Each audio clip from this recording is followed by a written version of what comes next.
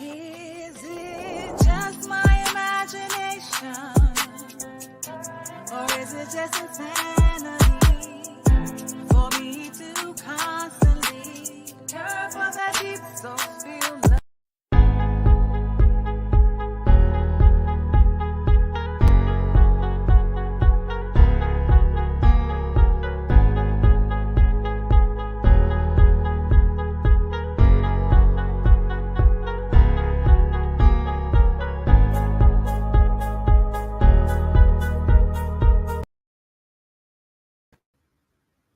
Greetings, beautiful ones. I am Ms. BJ Martin, and this is Snails with No Shells. Leave that shell at the door. It's okay to be a slug for a little while. That's my only rule. All right, let's get into it. I would like to invite to the stage an amazing, beautiful, just a wealth of knowledge. This woman is, you're going to meet her. Let me bring her to the stage. Vanessa Blackwell. Hey, BJ, how are you? I am amazing. How are you? I'm good. I cannot complain. One day at a time. Yes, you look beautiful. I love Thank your you. top. Thank you. You're I love welcome.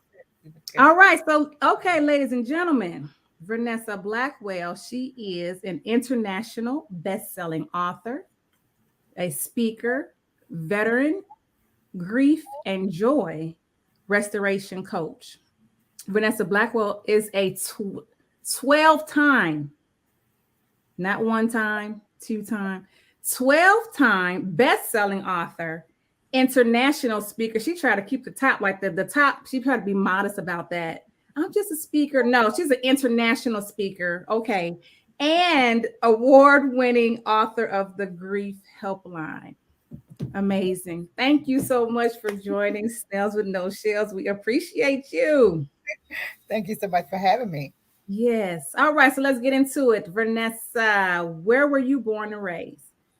I was born in North Carolina, Roxborough, North Carolina, and my parents moved to the DMV when I was 6 months old. So I was raised in D.C., Washington, D.C. Oh, okay. I didn't know you were from the South, the dirty South. And so what was it like growing up in DC? It was good. Well, those were the good old days to me because when you look back now at the times, I mean, we could play outside until the street lights came on. So times were good back then. Our parents didn't make a lot of money, but we still, I think we lived a pretty good life with on the salaries that they had. Mm-hmm. Mm-hmm. And you have how was it like? Did you have a big family or? Yeah, well, I had 3 sisters and a brother, and they all passed away. So I'm the last one left. Oh, So wow. we had a good childhood though. I remember we used to play a lot. I mean, my younger sister, she was 3 years younger than me, and she was the last one to pass. She passed in 2014. But my dad died in 82, and my mom died in 1998.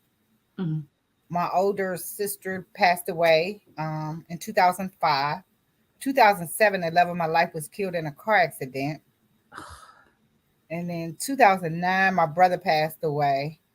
2012, the oldest sister passed away. And in 2014, I lost my youngest sister. Vanessa. Yeah. Oh my gosh. I haven't even gotten to that part of the conversation yet. Yeah. Okay, that explains a lot about why you do what you do. Yes. Okay. Wow. Okay. We'll get back to that part of your life. Oh my gosh. And that's why I love interviewing you all, because I find out so much that I didn't know. And then I see like, oh, I understand certain things, when you say certain things or, your stance on things or certain things that you support, Right. Wow. Okay. So we'll come back to that. When you were growing up, like when you were a little girl, what did you want to be when you grew up? A teacher. You did. Mm-hmm. Oh, why? I wanted to be a teacher. I don't know why, because I had a 6th grade teacher, Miss Marilyn, And she was so attentive to me, at that stage, because my mom worked at night and my dad, she like was just off on Saturdays and Sundays and still went back to work on Sunday nights. So she slept a lot of times in the evenings when we got home. She would have been uncooked or whatever. And then my dad would come in, make sure we ate, and then mama would get up at 10 to go to work. But Miss Marilyn, she was so, hey, Vanessa, do you need anything? And I got kind of quiet. I guess, teenage girls getting ready to, from 12 to 13 was that age where you just like trying to figure it all out. And Miss Marilyn, I'll never forget her. She lived up by the zoo on Connecticut Avenue, and she let me come spend the night. My mom actually let me go with Miss Marilyn. She was real cool, though. She was really cool. She had a nice little place uptown, and I just admired her lifestyle. She didn't have any kids, and for her to take me up under her wing and let me come to her house, she had some little salad. She made a little salad, and I'll never forget the little salad dressing. It was like that red Romano, that salad dressing. And it tasted like a little wine was there. I was like, oh, this is good right here. I looked at the bottle. This is wine. But it was salad dressing, right, with a little oil and vinegar in it. And she was really attentive to my needs. And that at that point, I said, well, one day I would like to be a teacher so I can help young girls out like that, Wow, that's funny how the little things that we remember. You remember some salad dressing. I was like, the salad dressing is good, right? I don't know what was in the salad, but the dressing was good. And I was like, well, I'm gonna give me some of this right here, because the bottle was so cute. The little bottle, it looked like soy sauce bottle, but it was different, Yes. Yes, that's so sweet. So what happened? Did you become the teacher? No, I didn't. My mom used to say I should have been a teacher too. My uncle said, because they said I was kind of bossy. Probably to tell the kids what to do. So I did do substitute teaching, and I actually was an instructional aide for developmentally delayed children. It was an interesting job. Yes. It really was. Had a love for kids with special needs, because my brother was handicapped. And so we had hemophiliacs that ran in our family. And I really think that's why the principal gave me the job, because I told her that we had already been around kids, special kids. And so, but some of one, I never forget this little guy. His name is Scott Fisher. He had the cutest little face, but he had stumps for legs. But Scott was a handsome little guy.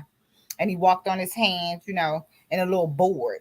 But kids with trachs, autistic. I had a whole little class for like 12 kids, and then I was the like the aide, the teacher's aide.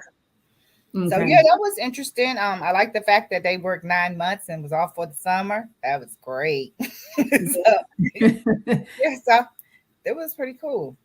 Okay, so you did teach for a little while. A little while, yeah. Yeah, because the teacher's aide, they do a lot. Like the teacher's assistant, they sometimes I've seen them do more than some teachers. I'm just saying, I'm going to be honest. Those teachers, they do a lot and get underpaid. Yeah, you're right. You are. Yeah. Yeah. So yes, you did teach. You did teach, Vernessa. So after that, what did you decide to do? Then I worked at the post office and at the warehouse, and did that for temp. Had a temp tour, and they actually brought me on full time in the rewrap section, wrapping packages that was busted or whatever. But they gave me a split shift. They gave me 6:15 in the evening to like 3:15 in the morning, and I was off Tuesdays and Thursdays. And at the time, I had a daughter, and I was like, I can't do this, Yeah. So from there, I had various little jobs. I worked for Shoppers Food as a cashier. 7-Eleven, all over the place until I was in the Guard, because I went in the Guard in 1982, and I stayed just for basic training, AIT. I ain't like it. When I came home, took me to drill up in Fort Meade, and we was doing a night fire, and it was dangerous because they were driving the little Jeeps around at night. I said, somebody could get killed out here. I'm not coming back. So I took a break in service. I went back in 1994. And when I went back, I had a different mindset. And I was like, hey, I'm going to stay here and get these 20 years so I can retire. And that's what I did. So you plan You said 20 years. Yes, I can get this 20 years. I need this retirement check. So Wow. Wow. Yes. Well, thank you for your service. Yes. you're welcome. We appreciate you. Yes. 20 years. Wow. That is dedication. Mm, mm. Wow. So let's get to your, because what did you get into? Did you get into the grief and joy restoration coaching, or were you writing books first? Like where did you start? What was So first? I started writing in a collaboration book. Um Okay. I was still serving in the military and I was trying to figure out what my exit plan was going to be. Okay. So I was always human resources, so always dealing with the paperwork, and so I was pretty good at writing letters and memorandums and things of that nature. So Mhm. when I started being on social media, trying to figure it out, got an opportunity to be in a couple collaborations. I think the spiritual disciplines was the first one that I wrote in, and I wrote in volume one through three. And then after that launch, I was so excited about, it actually published. My daughter came out and to the book launch, and she was like, "Oh, Mom, these ladies got fancy pens. I could go to the store and get you a pen. You need it so you can autograph your book." So I was so excited. The book cover was on a cake, and I was, oh, this is really nice. So it made me feel good, right? So I wrote in the next volume, volume four through six, and from there I started trying to, figure out how I was going to write my own book, to learn Mhm. things for my own book. Well, at that time, my sisters, two of them were still living. So in 2012, I was trying to figure out, okay, with this exit plan, what am I going to do? Am I going to be what kind of business am I going to have? Because my goal was not to go back to work for anyone else. So what Mhm. kind of coaching was I going to do? So I had got a couple of coaches, Lucinda Cross, The Art of Activation, Cheryl Woods. She does a speaker's class, international class now. She's speaking all over the world. So they Mhm. were my coaches, and they was always talking about niche. You have to have a niche if Right. you're going to coach. So God called me to get grief and joy restoration coach qualified.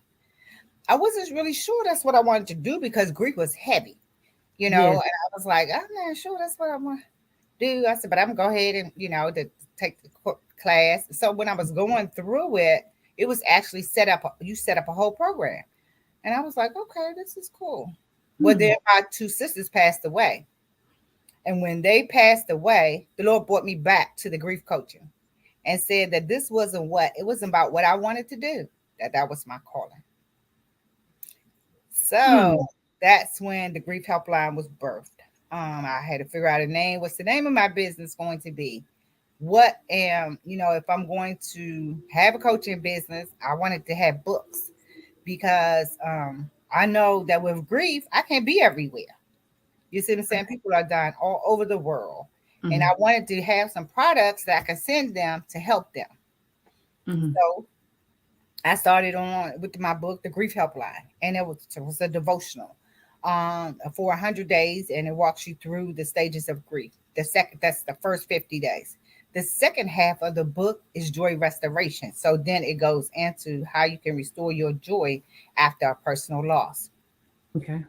When the book launched, by the time the book was published, my God had given me two more books. So I Wow. told Yes. I told my publisher, I said, "Oh, this is great. I got this box of books." I said, "But the Lord's giving me two more books." She said, "Well, great. Just go ahead and pick out a package, just like you did the last time. And we'll go through, what you want. You want to do one at a time or you want to do both?" I said, "No, ma'am, I'm going to have to learn how to do this because I paid almost $5,000 to get that book published, right?" Oh, wow. Yeah, it was like Hmm.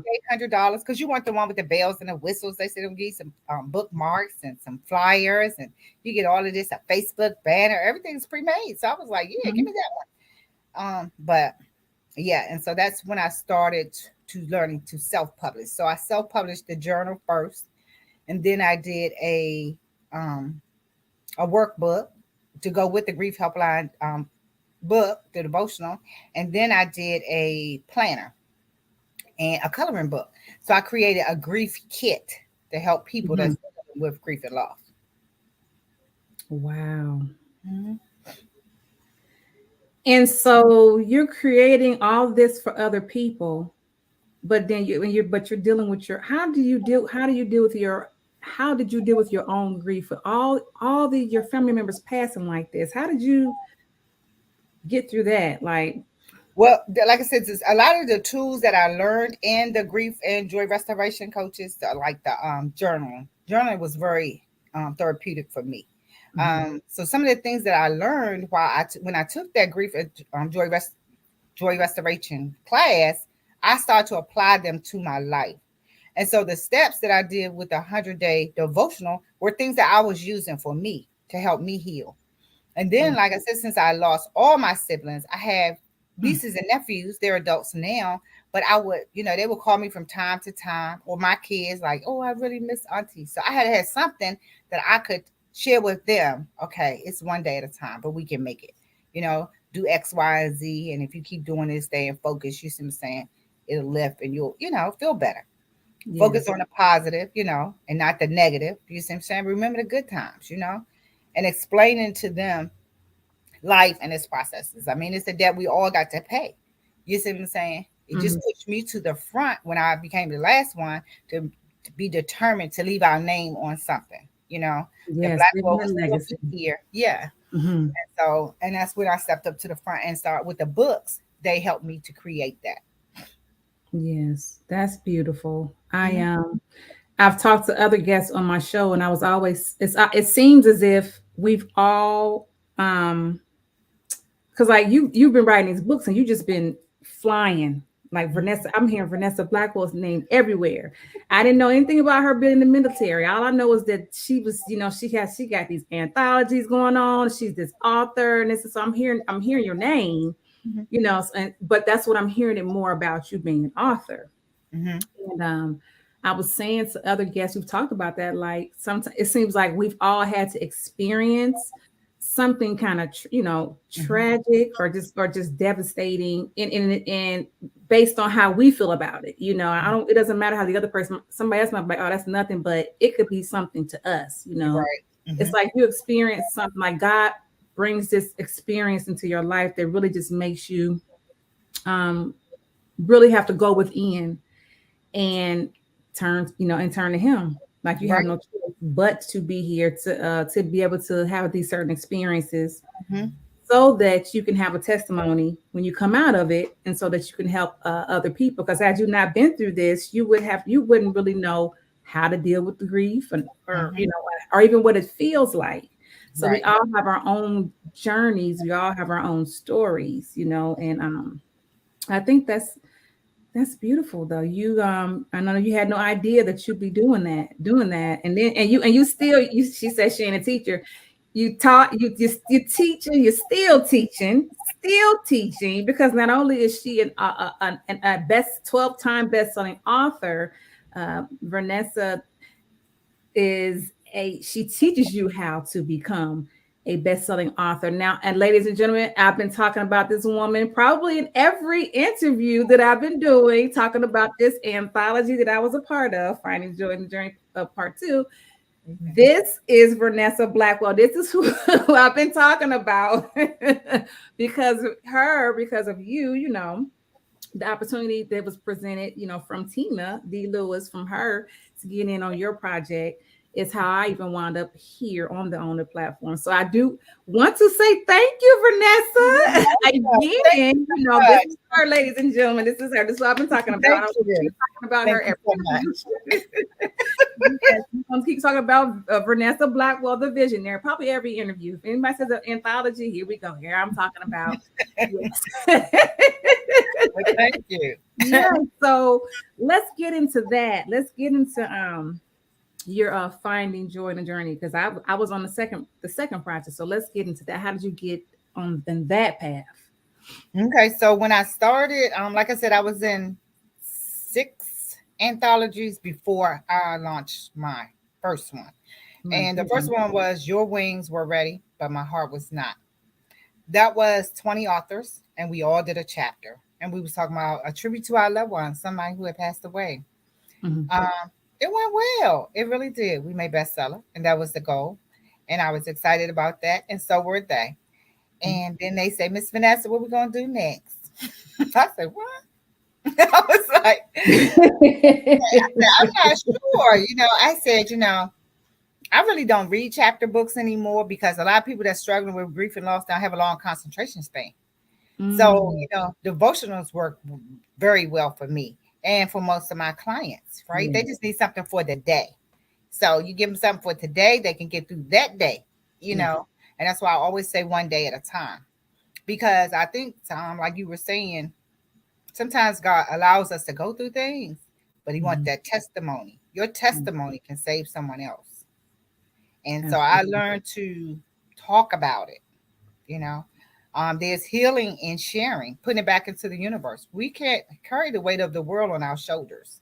The world belongs to the Lord. So once it happens to us, then we need to talk about it, Yes. heal from it, grow from it, and move forward. Um, because a lot of people go through stuff and they feel like, I can't make it out of this, or they get stuck. They start drinking, drugging, doing a lot of things that they wouldn't have done had they not had these experiences in their Right. life or traumas in their life. Yes. But if you learn to pray about it, ask God to, lead the way. Yeah. Uh, Life is like we were all born, we have to leave. So, that was the first book. And then from there, we started the devotional, Finding Joy in the Journey, Volume 1. Mm-hmm. And it was great. It was great. It really was. I had 90 authors. I like working with 90 authors because it works well for me. And it's 90 days, it's not 3 months. People can heal in 21 days. But if you use our books for 90 days, we know that you found joy some type of way throughout our testimonies, trials, and um, journey, or you learn how to apply those things to your life, to the situation that's happening in your life, and going back and say, hey, well, if they can do it, I can too.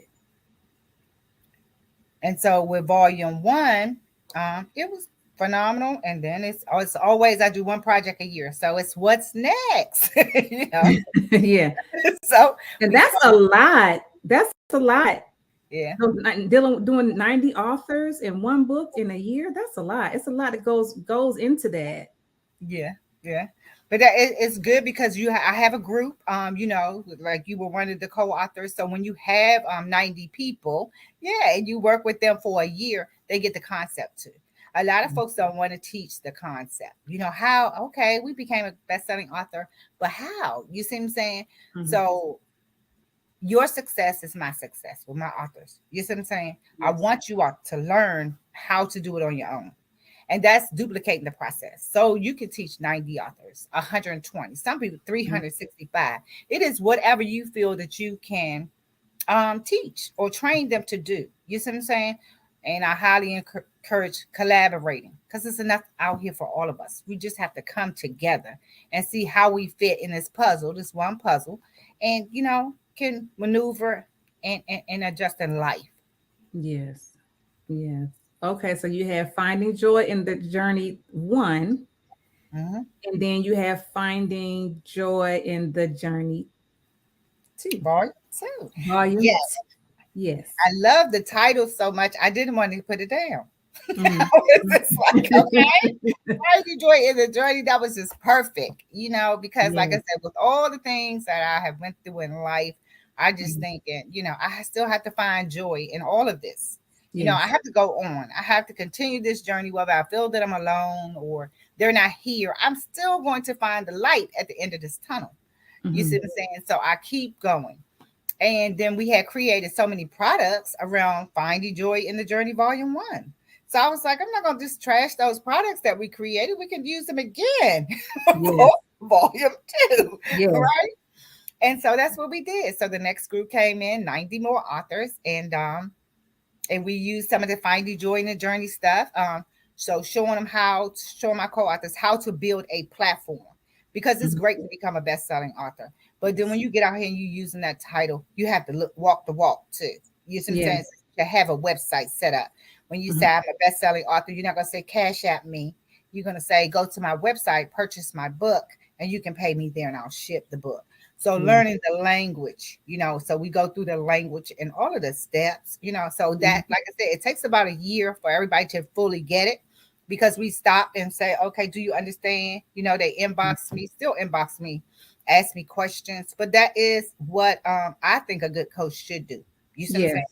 Yes. If somebody has invested in you and they want you to help them, and y'all bought the products, the opportunity to be a collaborator in my book. So I want to show you all to make sure you have the next steps, And if Yes. I meet people, I'm going to definitely share with my group. And I always ask them, hey, this is great.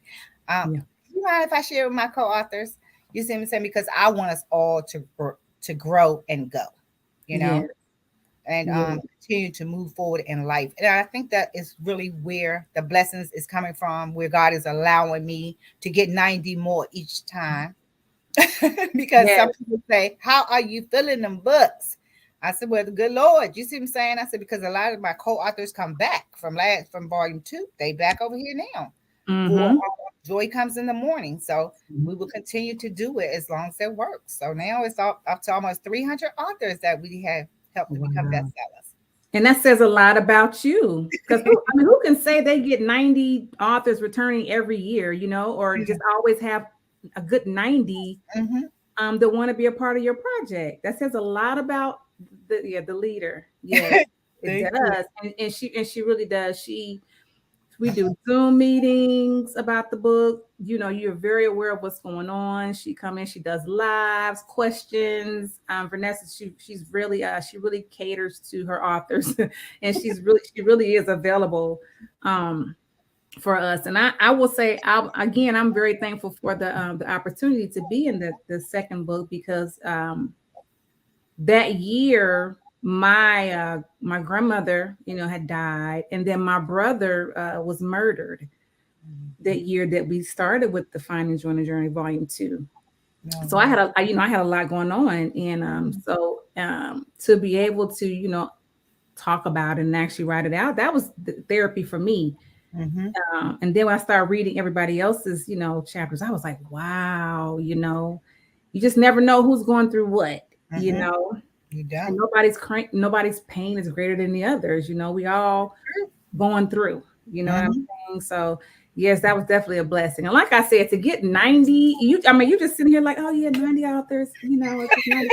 And I'm like, I know that you are so full of humility. I understand that, Vanessa, but that is amazing to keep consistently being able to do. That speaks volumes to you and your mission, your purpose, because I believe that we have, I believe we have purposes, and I see that with you're teaching authors how to, even helping them write, and teaching them how to have a successful anthology and how to be best-selling authors. And then you're still helping with your coaching with your grief, and it's like you're tapping into everything that you're doing, and it's still that teacher. You're still helping in all different kinds of ways, and so yeah, we Thank appreciate you. But you. as you grow, as you go through life, BJ, even with you starting your podcast, it'll start to get into alignment.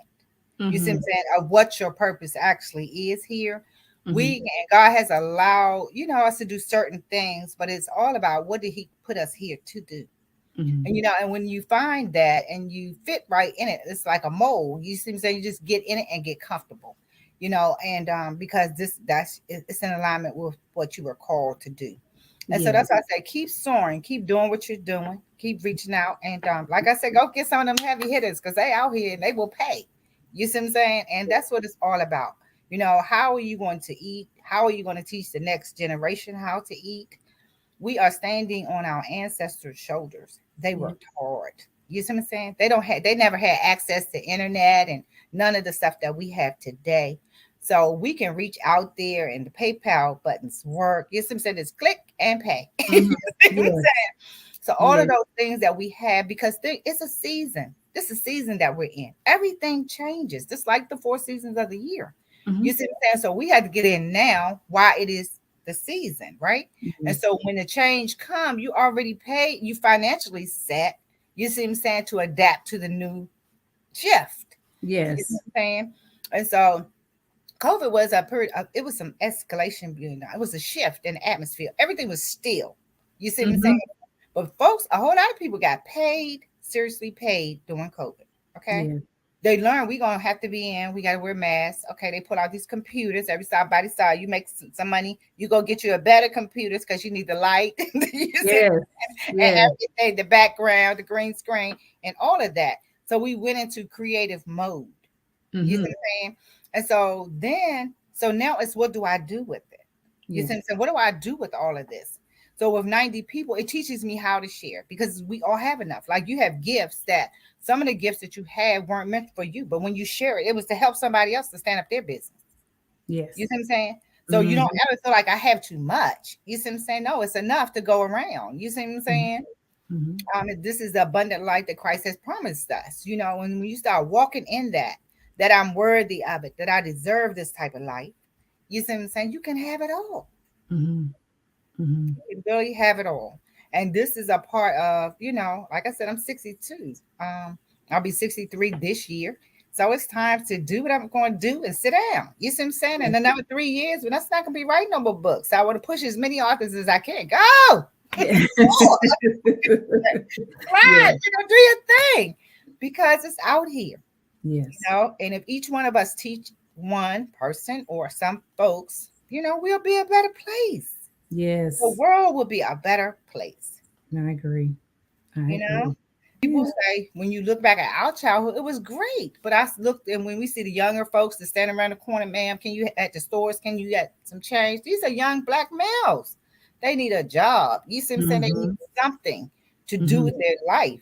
So I give my business card. I said, no, but I work and make t-shirts and stuff. Then you can give me a call. You see what I'm saying? How can you help this young man? You see what I'm saying? Because like you said, we all have some type of issue that we're dealing with. you know, and nobody never knows because it doesn't show in your face that you lost all these people or that you're going through grief or that you had somebody pass away. It You're right. doesn't, it's not written on our face, right? Right. So I try to be kind, and that's what I'm saying. I always advise be kind to people because you never know what You never know. through. And then Yeah. the old saying, from the church, you see my glory, but Mhm. you don't know my story. You have no Exactly. idea. Mhm. Yes. Wow. Yes. Oh wow, this has been such I am just so honored to finally interview you, Vanessa. Thank you Finally, so much, thank you Renee. so much for being on my show, and thank you for your support. You're very supportive, your encouraging words, and Vanessa's the type of person where she's like, go ahead, you don't, do it, like do it. What's the hold up? And if if she can help you, she will. So I'm full of gratitude and so happy to know Thank you so much. Thank you. you. Now continue to step out in faith, because faith without works is dead. So Yes. you have to move with the faith. You have faith that God said, He gave you all of this. Your Mhm. show is way bigger than this. You're going to do great things. You just have to step out there. Sometimes we Yes. got to step out into the deep, you know. Yes. But it's Yes. And sometimes you just have to, the angels, they speak through you, gotta speak through someone and yes, let you know it's exactly. okay. You can do it. So Yes. I'm very thankful. I am. I am. Okay, so before we go, was there like a nugget or just a quote or anything you would like to share with the audience? Yes, I believe that everyone has a book in them. Everyone has a story. And I think you should share your story. If you don't know how to write a book, I would highly encourage you to get in collaborations because you will learn the steps. Pay attention, whatever collaboration you're in. What are the steps that you go through? When you're in a collaboration, most of the time you're submitting a headshot, your bio, and your chapter or devotional or whatever for the project. But write your books. Get out here so you can teach somebody else how to write books. Being an author took my life to a whole new level. So I encourage everybody to write that book. Tell your story. Because if you don't tell it, somebody go tell it for you. So you might as well be the one to do so. Yes, amazing. So go tell us give us your information how to reach you because this is going to be on audio as well. Okay. So I am on Facebook as the Grief Strategist. I'm also out there as the best-selling book strategist. So you can find me on Facebook. My name is Vernessa Blackwell. That's Vernessa Blackwell. You can connect with me on Facebook. I have two websites for grief coaching. It is www.griefhelpline.coach. If you want the book services, then you can go to www.bestsellingbookstrategist.com. But thank you so much, BJ, for having me. And I really am grateful to be here on your show. And have a blessed one.